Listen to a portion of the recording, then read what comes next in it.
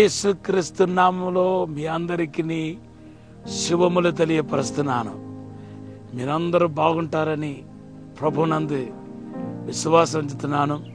ఈ దినాల్లో మనము నూతన సంవత్సరమైనప్పటికీ ఒక పశ్చాత్తాపముతో, ఒక మారు మనసు అనుభవంతో ఈ సంవత్సరంలో ప్రవేశించి రానయ్యున్న దినాల్లో గొప్ప ఆశీర్వాదాన్ని స్వతంత్రించుకోవాలని, స్వాధీనపరచుకోవాలనే ఆలోచనతో మనం ముందుకు వెళుతున్నాం.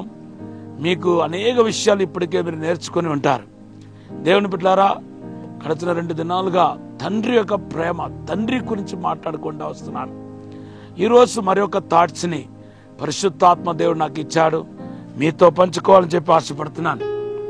లూకా సువార్త 15వ అధ్యాయం 11-32 వచనాల్లో రాయబడిన ఆ యేసుక్రీస్తు చెప్పిన 3 ఓమానాల్లో ఈ ఓమానాలే ఎక్కువ కొన్ని కోట్ల మంది చదివినట్టుగా నేను ఒకసారి వార్తల్లో విన్నాను.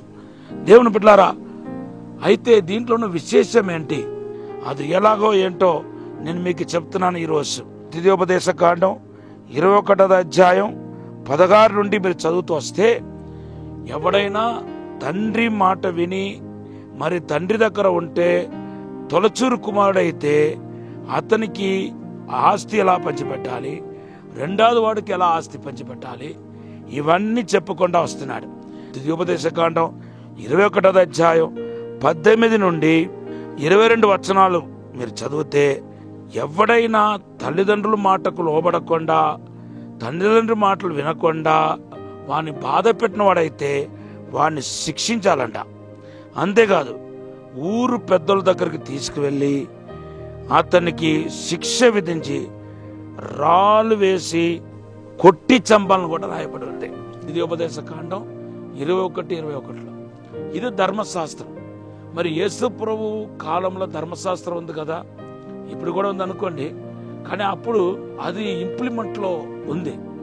అయితే దేవుడు ధర్మశాస్త్రం కంటే శ్రేష్టమైన కృపాశాస్త్రాన్ని దేవుడు మనకిచ్చాడు. కానీ ఇక్కడ ఆస్తులు నష్టపరిచి, తండ్రిని బాధ పెట్టి, చేయకూడని తప్పులు అన్ని చేసుకుని వచ్చిన ఈ కుమారుని చేర్చుకోవటం, ధర్మశాస్త్రం చెప్పిన మాటను యేసుప్రభువు వారు పక్కన పెట్టేసి ధర్మశాస్త్రం కంటే విలువైన ఆ ప్రేమను, కృపను ఆయన మీద గణపరచటం మనకు కనపడుతుంది. దీనిలో ఒకటి అర్థమవుతుంది ఏంటంటే, తండ్రి యొక్క డివైన్ నేచర్ ఏంటంటే, మనం పాపానికి తగిన శిక్షను విధించకుండా మనల్ని కాచే దేవుడుగా ఉన్నాడు. ఆయన కోప నిమిషం మాత్రమేనంట, కనికరం అయితే శాశ్వత కాలం ఉంటాయని రాయబడి ఉంది. మనం అనేక మార్లు ఏమనుకుంటామంటే, అయ్యో నేను ఈ తప్పు చేశాను, ఆ తప్పు చేశాను అంటే దేవుడు శిక్షిస్తాడేమో. ఈ దినాల్లో ఈజీగా విష జ్వరాలు పాకుతా ఉన్నాయి. ఆ విష జ్వరాలు వచ్చినప్పుడు ఇది దేవుని శిక్ష అని అనుకున్న వాళ్ళు కూడా ఉన్నారు. ఏదైనా ఒక బలహీనత, రోగాలు వచ్చినప్పుడు, యాక్సిడెంట్ అయినప్పుడు, ప్రమాదం జరిగినప్పుడు అది కూడా దేవుడు శిక్షించినట్టే కొంతమందికి.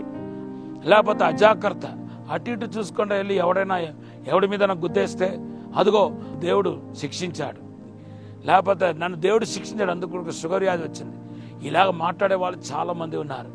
దేవుడు శిక్షించేవాడు కాదు, క్షమించేవాడు, మిమ్మల్ని ప్రేమించేవాడు, మిమ్మల్ని బలపరిచేవాడు.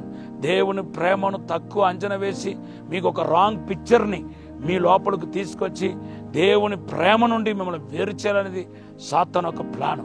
దయచేసి వాడికి లోబడవద్దు, వాడి ఒక మాట వినవద్దు. మీరు ధైర్యంగా ఉండండి. మీరు ఏ స్థితిలో ఉన్నా, ఏ పరిస్థితిలో ఉన్నా, ఉన్న పాటున మీరు దేవుని దగ్గరకు వస్తే మిమ్మల్ని చేర్చుకోవడానికి ఆయన సిద్ధంగా ఉన్నాడు. ఆయన కృప, ప్రేమయే ఈ సంవత్సరం అంతా మనల్ని కాచి కాపాడి బలపరచబడబోతున్నాయి. ఈ మాటను దేవుడు దీవించనగాక. ఈ సమయంలో ఒక చిన్న ప్రార్థన చేస్తాను. పరిశుద్ధము నమ్మకమైన పరలోక తండ్రి, నీకు వందనాలు, స్తోత్రాలు ప్రభా. శక్తి చేత కాదు, బలము చేత కాదు, ఆత్మ ద్వారానే ఈ సమస్తం జరుగుతున్నారు ప్రభా. ఇప్పుడే నైనా మనకు క్షమించి మన్నించండి. నీ ప్రేమ గొప్పది తండ్రి, నీ యొక్క శక్తి గొప్పది ప్రభా, నీ వెలుగు గొప్పది తండ్రి. అనేక విషయాలు మీరు మాట్లాడుతున్నారు అయ్యా. అతని మమ్మలను శిక్షించే దేవుడు కాదని, క్షమించేవాడని ఈరోజు స్పష్టంగా మాట్లాడి ఉన్నారు. ఈ మాట వింటున్న ప్రతి ఒక్కరి జీవితంలో నీ ప్రేమను తక్కువ అంచనా వేసే ప్రతి దురాత్మశక్తులు పారదోలండి. ఇప్పుడు ఆశీర్వదించి దీవించి బలపరచమని యేసు నామములో వేడుకుంటున్నాము తండ్రి, ఆమేన్. ఈరోజు దేవుడు మీకు ఇచ్చిన వాగ్దానం లూకా సువార్త 10:19. దేవుడు ఆ వాగ్దానం బట్టి మనం దీవించిన గాక. May the lord bless you. Amen.